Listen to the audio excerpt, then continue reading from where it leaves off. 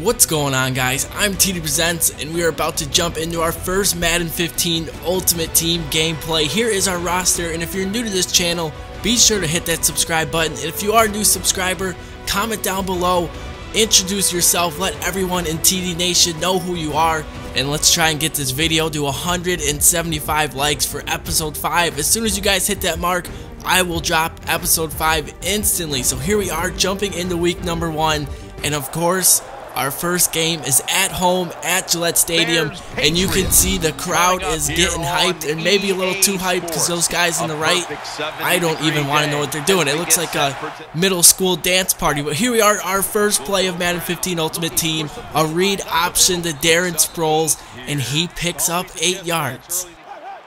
You guys can see we're already going with that no-huddle attack. Johnny Manziel going play action, scanning the field and finding his rookie tight end, and we pick up our first down. Manziel, not a bad play.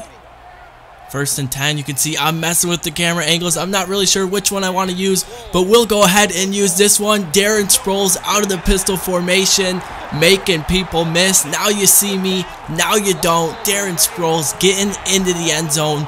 What a way to start our first drive of MUT 15. So my opponent, I didn't know what to expect. It is early on in the game, but he actually has a pretty good team. Eli Manning finding Jordy Nelson, putting the moves on my defense, and he's already close to midfield. Manning again stepping up in the pocket, finding his halfback out of the backfield, and we are already having problems. 2nd and 8, he goes with a screen pass to Toby Gerhart, and okay, well, I guess none of us want to try and tackle him. Some great blocking by my opponent, and he is already inside the red zone. Toby Gerhart getting hyped. Eli Manning, 3 for 3, 52 yards. But on 2nd and 5, you can see we start to bring the pressure. Manning rolls out to the right, and for some reason throws across his body. Jimmy Smith makes him pay, gets the interception, and I have no idea what he was trying to do on that play, but we will gladly take over and make him pay. Johnny Manziel once again finding his tight end, Brent Selleck, not wanting to go down. 2nd and 8, Manziel once again looking down the field, rolls to the right, throws this one, and I have no idea what I was doing on that play.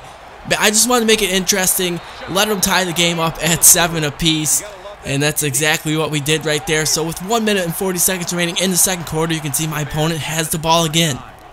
Here comes Toby Gerhart, but here comes Harrison Smith, lowering his shoulder, laying down the hit stick, and we recover the ball. John Beeson picks that one up, and now Manziel once again giving it to Darren Sproles, making a juke move and picking up a solid 9 yards. This man cannot be stopped. 2nd and 1, we bring in our Toby Gerhart, and he just rumbles right up to middle, picks up that first down. We're going to use all 3 halfbacks, Toby Gerhart, Darren Sproles, and also Reggie Bush getting to the outside, getting down the sideline, and he's finally pushed out of bounds at the 3-yard line. Our offensive line, our running backs are going to work, and with 36 seconds remaining, Toby Gerhart gets into the end zone. We take a 14-6 lead, and now it's time for the second half.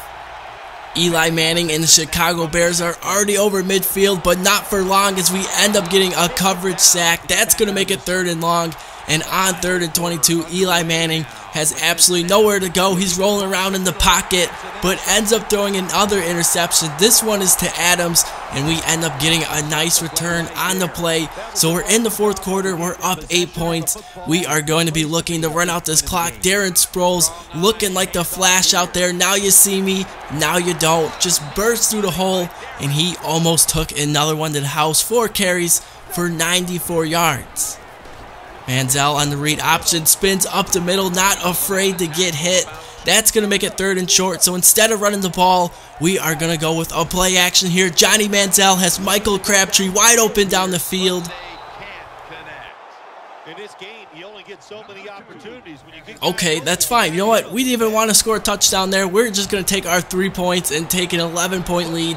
Johnny Manziel, you better make that throw next time. So we're up 17-6 with 1:24 left. Unless my opponent can complete some type of miracle comeback, this one looks like it's over.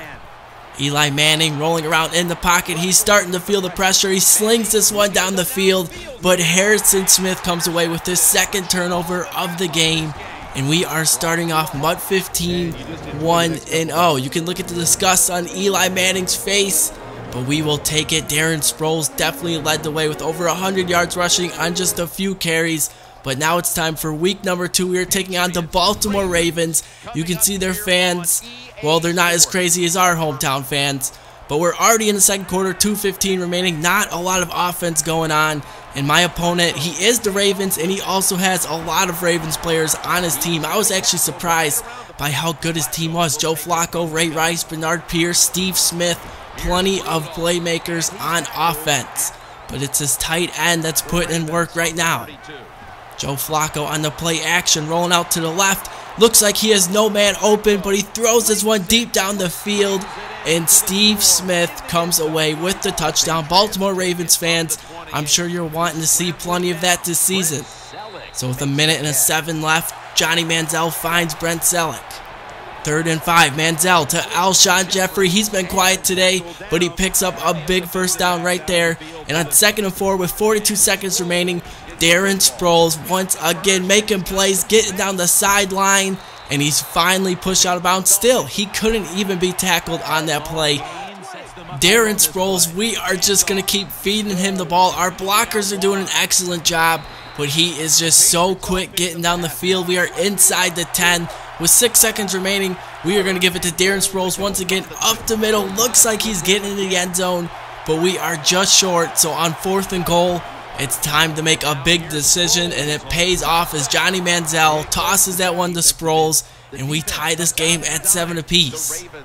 Now we're in the 3rd quarter, and Joe Flacco is still marching down the field, closing in on 100 yards on the game, and now he's dumping off a screen pass, but our defense does a great job of shutting that one down, so we hold our opponent to the field goal. So now you guys know what this means. Johnny Manziel has a chance to make his first comeback for our team. 2 minutes remaining, we're already over midfield, and we are going to hand this one off to who else but Darren Sproles. And once again, Sproles is getting down the field and pushed out of bounds. Can Manziel complete the comeback? We're going with a triple option on this play. We pitch it to Reggie Bush, but there is just nowhere to go. 3rd and 13, Johnny Manziel.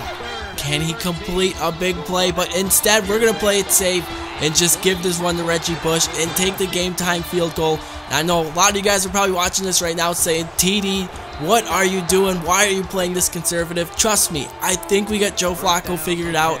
I know he doesn't have an incompletion, but check out this play right here. Flacco throwing it down the field. Harrison Smith drops the interception. But it's still a good start. 2nd and 10. Can we force that turnover? Oh my goodness, I thought that was it. That would have been up for sure. Pick 6. So on 3rd and 10, Joe Flacco rolled out to the right. He's got a receiver, but he doesn't see him. Flacco throwing this one down the field. There it is. Adams gets the interception. And now it is Johnny football time. 25 seconds remaining. Can we get in the field goal range?